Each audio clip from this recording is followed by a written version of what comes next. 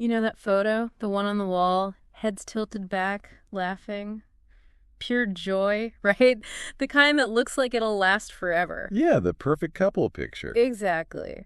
But what happens when, that perfection turns out to be, well, paper thin, when something cracks the frame? That's exactly what we're diving into today, this whole raw, really complicated landscape of infidelity. And asking that huge question, can love actually survive something like that? Right.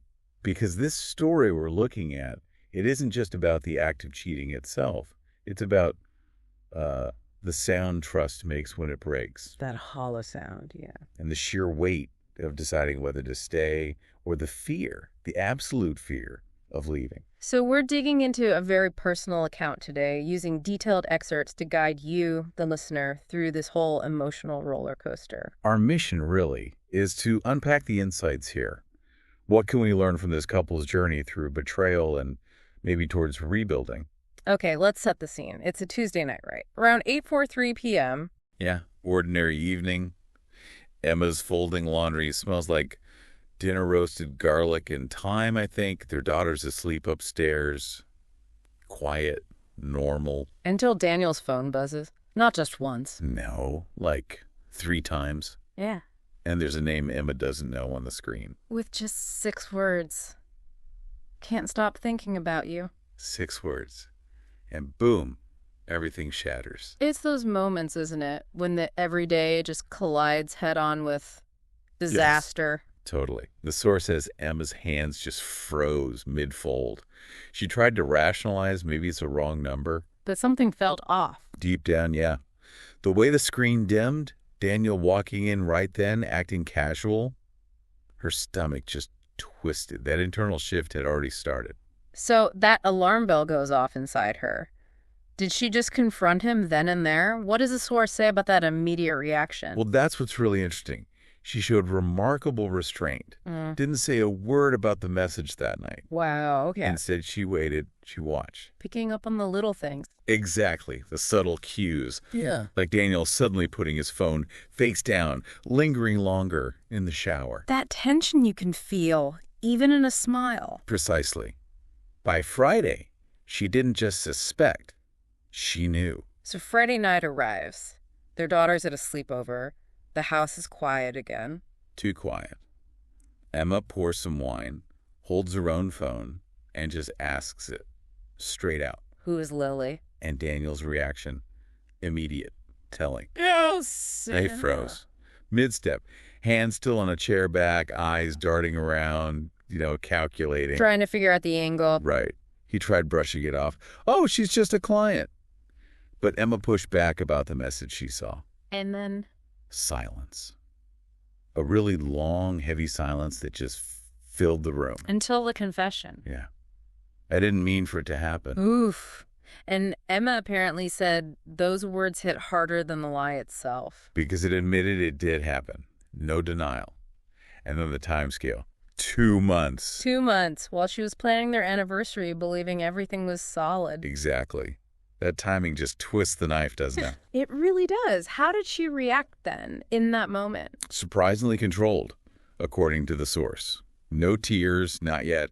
It was like disbelief built a wall. So what did she do? Simple. Decisive. I'm sleeping in the guest room. Just like that. Daniel reached for her, but she pulled back.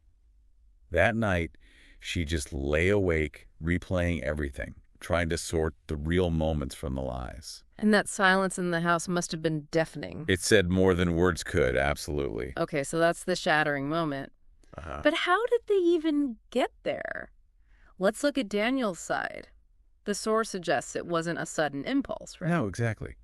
It apparently started with his own silence. Yeah. Feeling unheard, weighed down. Like work was this endless grind. Yeah, and everything else just felt like background noise. He used the word invisible, not unloved, but unseen. That's a key difference. And he felt Emma had shifted. He did. That she'd become, quote, a mother first, a partner second. And he felt guilty for feeling that way. He knew she was doing everything. Holding it all together. Right. But he felt disconnected, like they hadn't truly seen each other in a long time. That quiet loneliness, a missed kiss here, a distracted love you there. And months without intimacy. Yeah. Which is where Lily comes into the picture. So who is Lily? She worked at a consulting firm they'd hired. Described as sharp, funny, maybe a bit reckless. Someone different. Someone who made him feel lighter, maybe. She laughed at his jokes, asked about his day, and actually listened. And it started innocently enough. Seems so. A late meeting, ending up at a bar. Not planned, just easy. That ease sounds like the danger zone. It really does. The source says he didn't intend to cross a line, but it was like stepping too close to the edge. Yeah, and the guilt afterwards. Instant, heavy. But he didn't stop. Why not? If the guilt was there, that's the fascinating part. It really is, and it gets to the heart of why people cheat beyond just, physical stuff. Daniel's reflection was that it wasn't really about sex or even about Lily herself. What was it about then? It was about the version of himself he saw reflected back at him through her eyes. Lighter, freer. Exactly. Not weighed down by routine or responsibility. He felt wanted, not just needed, but wanted. That's a powerful distinction. Feeling wanted versus needed. It highlights how often infidelity isn't about wanting to leave the partner, but maybe trying to escape something in yourself. So what about Lily? Did Emma find out much about her? She did look her up, yeah. Lily Monroe, 32, unmarried, corporate strategy. And was she what Emma expected? No. Emma had apparently imagined someone dramatic, obvious, but Lily seemed ordinary. Which somehow made it worse. That's what the source implies, yeah. It made it less like a movie plot and more real. Yeah. Painfully real. And Lily knew he was married. Yes. Daniel hadn't lied about that. But he'd fed her the "it's complicated, we've grown apart" line, words that felt true enough to him at the time, apparently. So his explanation to Emma wasn't about choosing Lily. No, he said, I wasn't choosing anyone. I was running. Trying to understand how he'd become that person. It wasn't an excuse, more like a confession of being lost. Which brings us back to that big question. Right. Why do people cheat? Emma must have obsessed over that. Oh, absolutely. Like finding the reason would somehow fix the hurt. She used to think it was simple lust, selfishness. But Daniel's betrayal felt different to her. Yeah, lonelier somehow. More desperate. And Daniel's own conclusion, from his perspective. He pinpointed missing, feeling desired, emotionally desired, feeling like he mattered beyond his roles as husband, father, provider. Feeling unseen. Exactly. His conclusion was pretty stark. People cheat because they feel unseen. Yeah. Or because they're cowards. Because they want to escape themselves. And someone else's attention is like a flattering mirror. A mirror that doesn't show the flaws. Wow. He saw a version of himself that felt worth looking at again. A really challenging thought. Meanwhile, Emma's left wondering if it even mattered who Lily was. Could it have been anyone? Right. The truth was out. The damage was done. And now the truly hard part began. Not fixing it, but deciding if it was even worth trying to rebuild. Which leads to this huge paradox, right? Emma always thought she'd be the one to walk away. Definitely. She'd said it herself. If someone cheated on me, that's it. Done. But she didn't leave. No. Not because she forgave him instantly or forgot, but because actually walking away was just harder than she ever imagined. Life is complicated, intertwined. Totally. Their daughter's laughter, his toothbrush next to hers, Yeah. and the love, even twisted and damaged, hadn't vanished. It was still there, like fog. That's a very common feeling, isn't it, for people in that situation? Absolutely. The simple choice is rarely simple. So the house filled with this new kind of silence, not peace, but absence. Emma just going through the motions. Like walking through fog, the source says. Doing daily tasks, smiling for others, but saying almost nothing to Daniel. And Daniel, what was he doing? Hovering, kind of. Carefully. Trying to reconnect. Offering tea, mentioning articles, small things. But Emma wasn't receptive. Silence. which wasn't really about being cruel, more like a wall she couldn't get over herself yet. She just didn't know what she wanted. Exactly. Didn't want a divorce, necessarily, but didn't want this marriage either. Then their daughter asked that question. The question from the innocent bystander. Why are you sleeping in the other room? Yeah. And Emma's answer was simple, honest. Sometimes moms and dads need space to think. That seems like a potential turning point. It might have been. Because later that night, Daniel did something significant. What was that? He left a small notebook on the table with a note inside. Same. If you can't talk to me, maybe you can write to me. Wow. That's quite a gesture. How did Emma react? She didn't touch it right away. But, and this feels important, she didn't throw it away either. She put it on her nightstand. A tiny opening, maybe? Perhaps. The loudest thing she'd said all week, as the source puts it. Meanwhile, Daniel started therapy. Alone. Taking responsibility. Seems like it. Admitting, I don't want to be the man who hurt her, but I am. And did Emma notice changes at home? She did. Small things. Quiet things. He stopped pushing conversation. He listened more. Cleaned up without being asked. Made dinner. He was acting like he knew things weren't normal. Exactly. And that acknowledgement, that unspoken understanding, apparently mattered more than apologies at that point. And then the notebook. Then, one morning, Emma opened it. And out he wrote. What did she say? Something incredibly honest. I don't know if I still love you the way I used to, but I'm here, still breathing, still trying to find out who I am without this anger. That takes courage to write. Absolutely. She left it open on the kitchen table. And Daniel's reply. The next morning, it was back on her nightstand. His response. I understand, but I'll keep showing up even if I have to earn 1 inch of you at a time. That's powerful. Finding a new way to talk when talking is impossible. It really highlights adapting communication in a crisis, doesn't it? When the old ways are just broken. So this written dialogue starts. What next? Did they then try to, fix everything? No, not straight away. It was still fragile. They started couples counseling about 3 weeks later. How did that go? Brutal, apparently. Especially the first session. Emma laid out her feelings. The lack of trust, feeling unsafe. And Daniel? He just took it. Didn't defend himself. Said, I deserve all of that. Acceptance, not excuses. Right. There were tears, long silences, but also, unexpectedly, a moment of shared laughter over some old memory. A flicker of the old connection. Maybe. Emma didn't feel better afterwards, but she felt heard.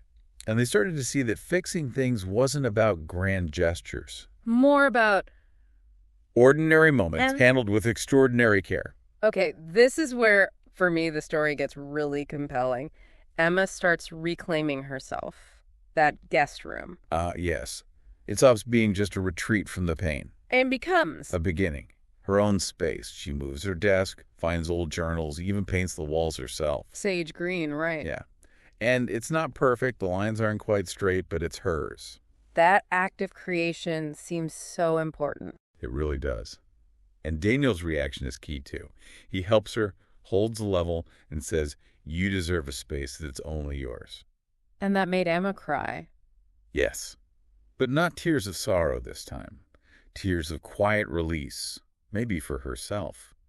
It shows how vital finding your own identity again is, even when you're still in the relationship. What did she do in this new space? Did it help her? She started writing again. Not about the affair, interestingly. About what then? About herself, her childhood, her feelings about her daughter, that huge, overwhelming love. Of finding herself again on the page. Exactly. And that autonomy started showing up in small ways in the house, too. Daniel started knocking before entering her room. A small thing, but huge in meaning, respecting boundaries.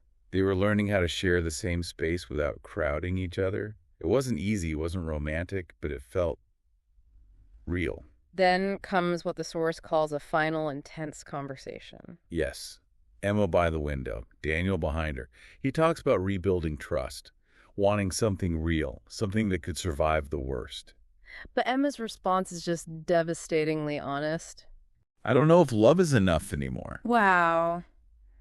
That hits hard. Because love is supposed to conquer all. Right. That's the myth, yeah.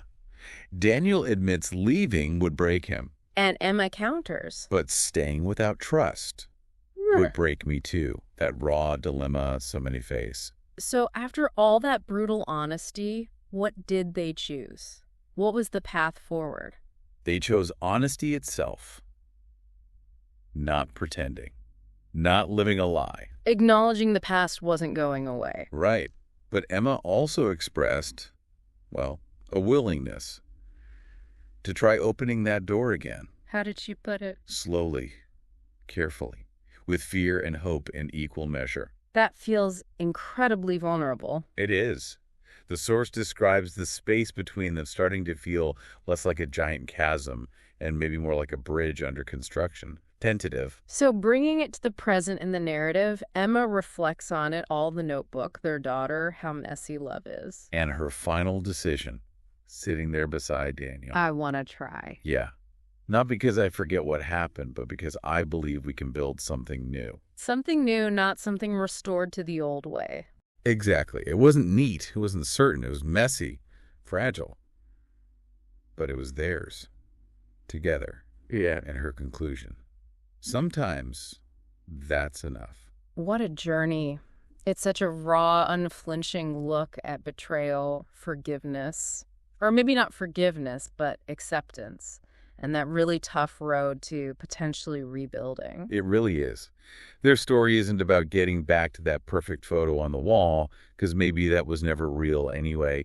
It's about the possibility of creating something new, something honest, even when it hurts like hell. It makes you realize that maybe the strongest love isn't the one that never breaks, but the one that survives being broken and is built again, scar tissue and all. Through shared struggle, yeah.